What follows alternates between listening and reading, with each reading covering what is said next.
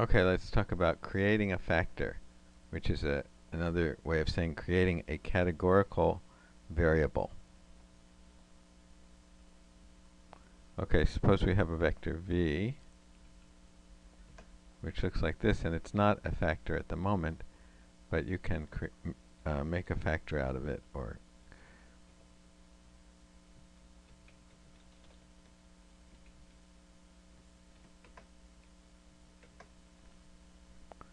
okay, so now it's a factor. It has levels. Okay, it's a slightly modified version of a vector. And how about if it looked like this? How about this? So what are, let's go back a shorter example. Let's go back to u.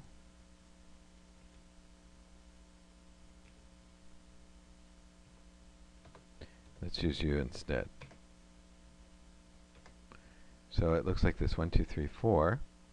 Now suppose I did, let's say, h equals c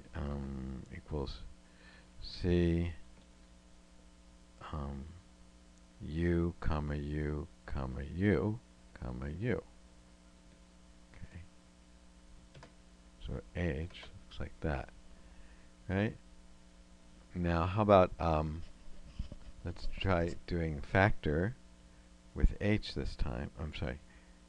Yeah, with h here instead of with u. So let's do this.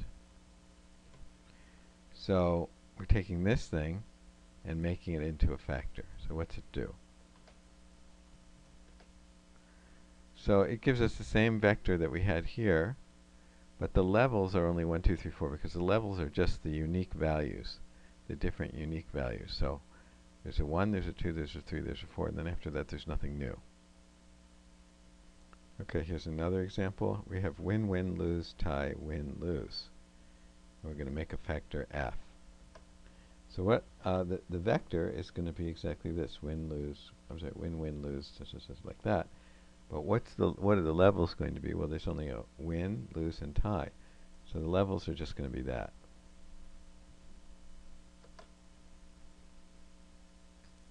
Now, one other thing is, even though this was a vector, let's do this.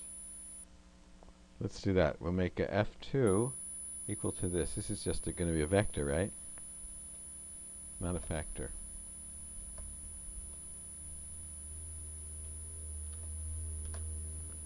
Okay, it's just a vector. Well, one other difference between when we did it with a factor and when we did it as just this, so this was made a factor out of it, whereas this just creates the vector.